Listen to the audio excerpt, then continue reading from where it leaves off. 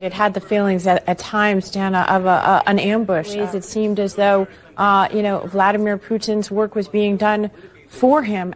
It was a planned ambush designed to embarrass President Zelensky in order to benefit Vladimir Putin. I think there's no question that this was a setup. This was a setup for the cameras to try to humiliate Zelensky.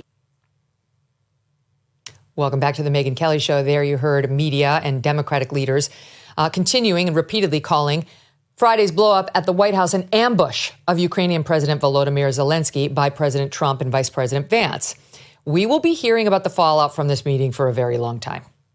Okay, but the widely shared clips online do not tell the whole story of what actually happened in that meeting. We were all together when this broke. Remember, we had the gals from Red Scare on. We just got long clips. And now I've watched the whole thing, and maybe you have too. But I'll tell you, if you haven't watched the whole thing, you haven't seen the proper parts highlighted by the mainstream media, including Zelensky's antagonism and true open disrespect, and the Democrats' apparent attempt to sabotage the meeting just prior to it, which they've been openly bragging about, but now that they just want to blame it all on Trump, are trying to say has been totally misrepresented. No, we didn't do anything. You, Chris Murphy, you're a villain and you're a liar. And we'll get into it. Most news programs you're going to listen to have neither the time nor the desire to walk their audiences through the critical moments that happened before the viral showdown. But we do. And we would like all of you to fully understand what took place in total. This thing lasted 49 minutes. President Trump started the meeting complimenting President Zelensky and the Ukrainian soldiers. Your soldiers have been unbelievably brave. We've given them great equipment, but somebody has to use the equipment. They've been unbelievably brave. This was supposed to be over very quickly, and here we are 3 years later.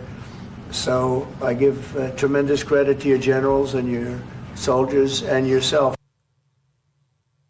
It was very gracious of the president. He told Mr. Zelensky it was an honor to have him in the Oval Office. Trump's doing the right thing there. He's glad-handing. He's paying him compliments. He's showing him respect. Mr. Zelensky, in return, thanked President Trump for the invitation and said he hoped the minerals deal would be the first step to real security guarantees. He then took out a series of photos to show President Trump. They pictured Ukrainian prisoners of war held in Russian captivity. It was Mr. Zelensky's way of saying to President Trump, this is who you are dealing with. President Trump looked at the photos, expressed sympathy, and said that's why we need this war to end. Contrary to what critics will have you believe, it was President Zelensky who publicly challenged President Trump in his face first, several times, in fact, in front of the cameras. Mr. Trump repeatedly kept his cool. Mr. Zelensky openly disagreed with the president when talking about Europe's contributions to the war. Watch. Europe really helped. President Trump said that they made less support, but they're our friends and they are our very supportive partners. They really gave a lot, Mr. President. They did. They gave a lot, but they gave much less. No. Much less. No. No. No. Okay. You can see they had a little disagreement. For the listening audience, they both leaned in on their point, and Trump sort of jokingly, warmly, in a friendly manner, kind of touched Zelensky's arm like, oh, I kind of agree to disagree. It was good. It was a nice moment. They laughed it off and they kept going. A few minutes later, President Zelensky again publicly challenged Mr. Trump over his assertion that Russian President Vladimir Putin never broke a deal with Ukraine during Trump's first term in office. 25 times he broke a ceasefire. But he never broke to me. He never broke to me. No, you were the president. You were the president during. He never broke to me. In 2016, you've been the president, Mr. President. You've been the president, but he had, of course, not with you, but he had during those periods, he had conversations with our side.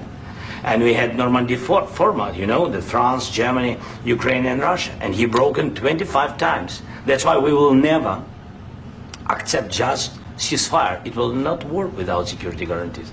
Security guarantees, maybe President is right about this document and other, but this document is not enough.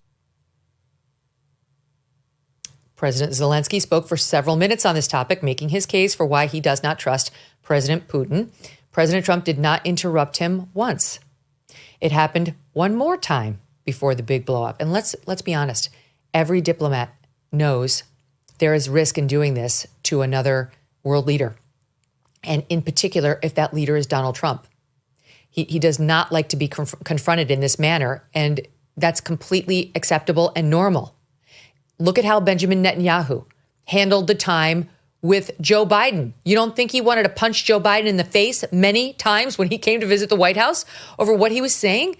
But he handled himself with charm, with respect, with dignity, and never openly antagonized the guy from whom he was asking so much. Okay, so Zelensky went at it again, having already gotten away with this a couple of times. He decided to press his luck. This time, he even went so far as to accuse President Trump of getting his information in the form of propaganda directly from President Putin. A lot of cities have been destroyed. There are a lot of cities that are not recognizable. There's not a building standing. No. And a lot of things Mr. President, you have to come and to look. No. We have very good cities. Yes, a lot of things have been destroyed, but mostly cities alive. Ukraine is fighting and Ukraine lives. This is very important. And maybe it's Putin is sharing this information that he destroyed us. What's that? So he interrupts President Trump as he's speaking and then says he's wrong, only to then admit that Trump is right. There has been a lot of destruction, but there are cities that are still intact. Well, Trump didn't dispute that. What's he doing? He's poking the bear over and over. Why would you do that to somebody whose support you must have, you desperately need? Why was he in there antagonizing Trump? I mean, in particular, this would be antagonistic to any of us, but in particular to President Trump, and he knows that, as do all world leaders. It is what it is. Deal with it. But once again, President Trump let the comment slide. He was staying above it. He did not engage, though he was being directly challenged publicly. President Trump even said at one point, quote, "We haven't committed, but could conceivably," end quote, commit U.S. troops to Ukraine after a peace deal is reached. That was a huge moment and could have been a huge win for President Zelensky to take home, because Trump has said exactly the opposite thus far, but he did not take the W. Aside from his vocal criticism and interruptions and challenges of President Trump before the open argument that we all saw, Mr. Zelensky's body language also caught the attention of many observers. When President Trump was talking about not wanting any more death on either side, Mr. Zelensky raised his eyebrows and sighed. We have tremendous death taking place as we speak, and I don't want to have that. Think of the parents, whether they're in Russia or Ukraine, think of the parents of all these people being killed needlessly. They came to our territory. Should have never started. If I were president, this would have never started. He also shook his head, shrugged, sighed, and rolled his eyes several more times while President Trump was making his points. Watch. I don't think you're going to need much security. I think once this deal gets done, it's over. Russia's not going to want to go back, and nobody's going to want to go back. And who would protect Shaking those his head. minerals if they are U.S. interests? Would that be Ukrainian They'll be forces? protected. The European agreement will forces? protect them. US The forces? agreement, yeah, we're signing an agreement. Right, but what if Russia Raised eyebrows. tries to invade, or there's Russian aggression in their spots? I just told you I don't think that's going to happen. And if that were going to happen, I wouldn't make a deal. If I thought that was going to happen, I wouldn't Head make a shakes deal. eye. Okay.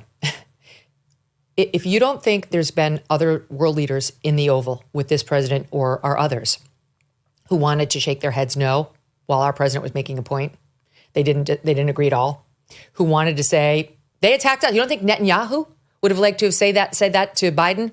They attacked us. They attacked us in the middle of his remarks, yes. But there's a diplomatic way of handling this. And instead, the left would just like to blame Donald Trump. They don't want to acknowledge any of these minor and then cumulative, serious provocations and antagonistic behaviors. These were just the gestures that we saw when Zelensky was on camera. We didn't see the whole, we didn't see anything that happened when he was off cam. There very well may have been more that Vice President Vance and other officials in that room witnessed. And when the big blow-up happened, Mr. Zelensky also addressed in that critical moment as the tension was building Vice President Vance using only his first name, saying, "What kind of diplomacy, JD, are you speaking about?" It was an informality that could be used in a warmer moment, like JD and I had lunch and really made a lot of progress. That wouldn't be totally out of line. But in a moment that is tense and in which you can feel there's an argumentative dynamic, you don't address the sitting American vice president as JD. It felt disrespectful to a lot of Americans. And then came the moment seen around the world. What kind of diplomacy, JD, you are speaking about? What do you mean? I'm talking about the kind of diplomacy that's going to end the destruction of your country. Yes, but if you are not strong... Mr. President, with respect, I think it's disrespectful for you to come into the Oval Office and try to litigate this in front of the American media. First of all, during the war, everybody has problems. Even you, but you have nice ocean and don't feel now, but you will feel it in the future.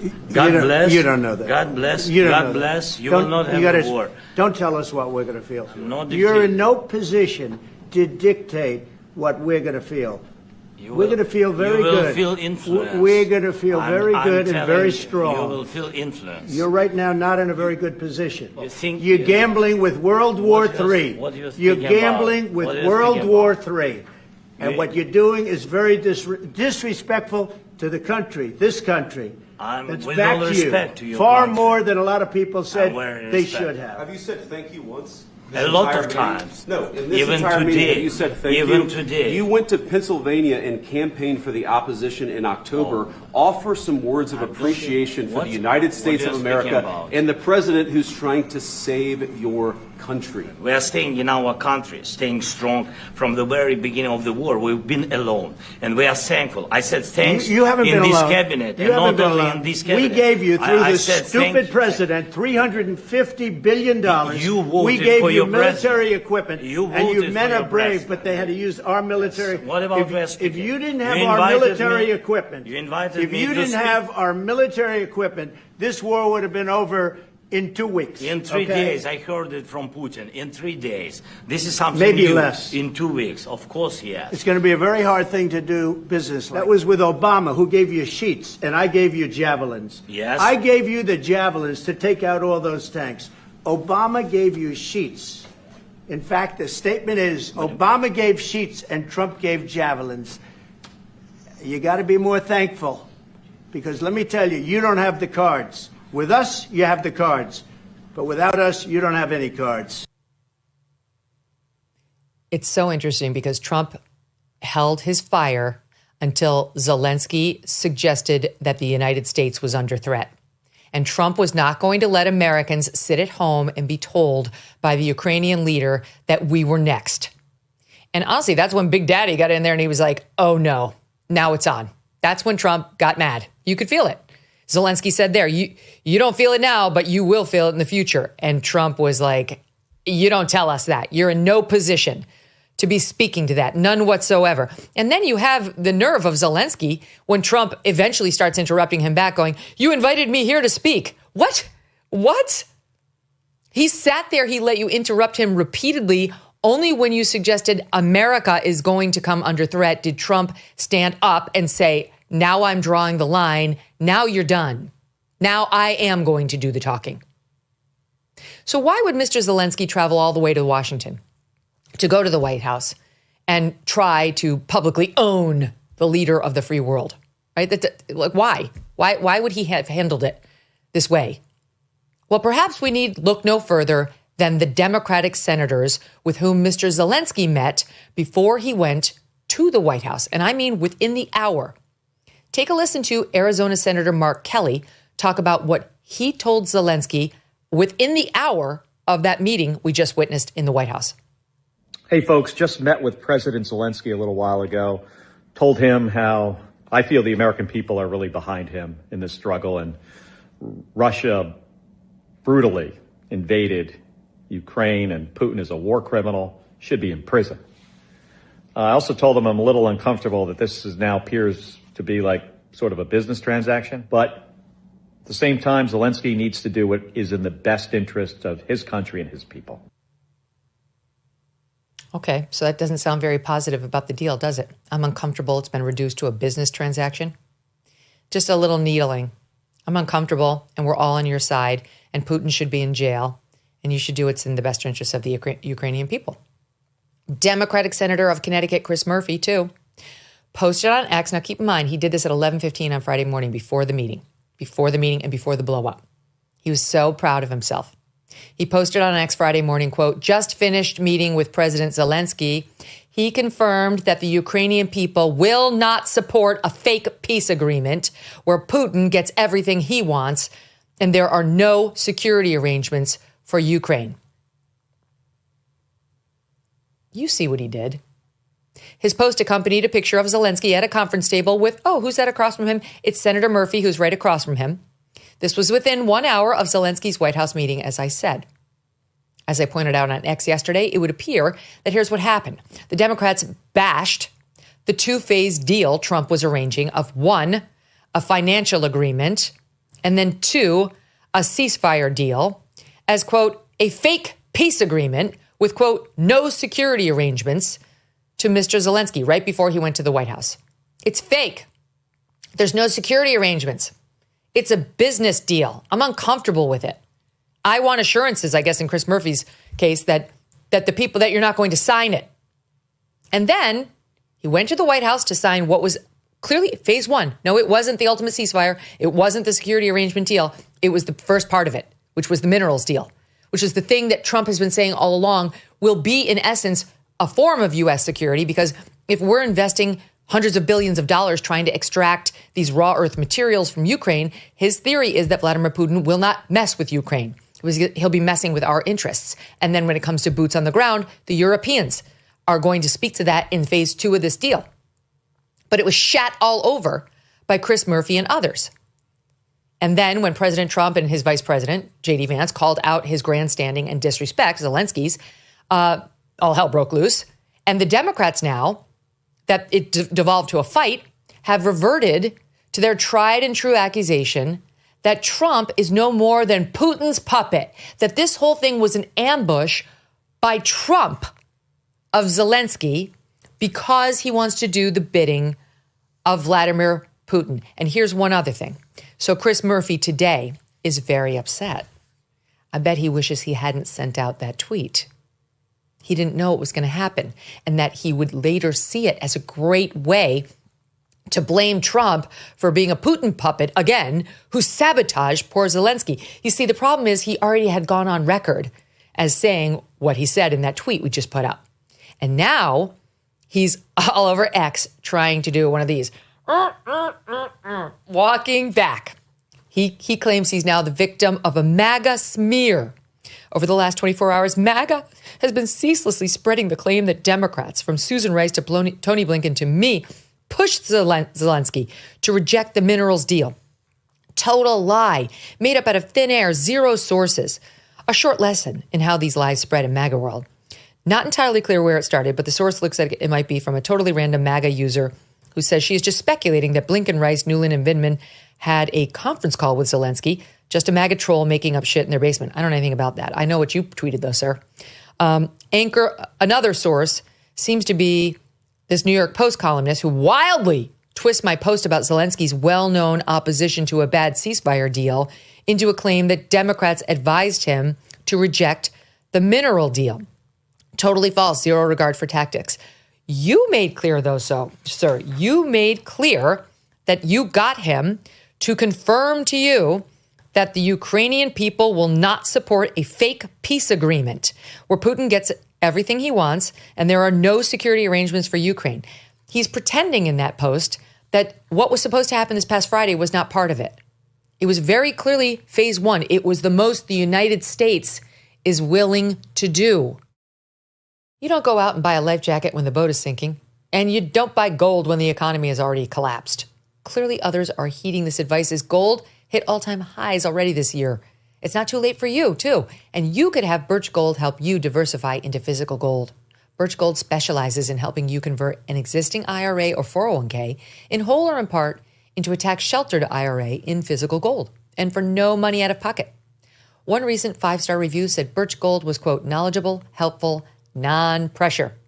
Get your free info kit on gold by texting the letters MK to the number 989898. There is no obligation, just useful information. With an A+ rating from the Better Business Bureau and countless 5-star reviews, text MK to 989898 and let the experts at Birch Gold help you secure your future today with gold. Thanks so much for watching. If you like what you just saw, hit the subscribe button for more clips and full episodes.